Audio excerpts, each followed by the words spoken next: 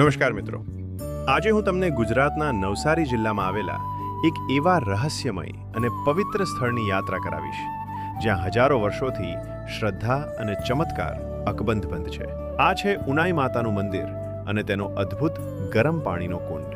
અહીં 12 માસ 24 કલાક જમીનમાંથી ધગધગતું ગરમ પાણી નીકળે છે. શું છે આ પાછળનું રહસ્ય?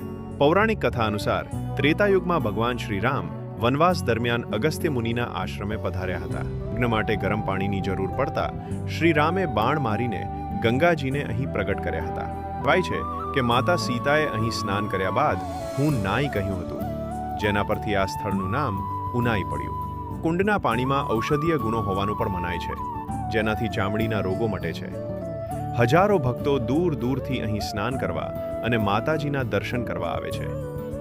દર વર્ષે 14મી જાન્યુઆરીના રોજ અહીં ભવ્ય મેળાનું આયોજન થાય છે. હજારોની સંખ્યામાં લોકો મેળામાં ઉમટી પડે છે.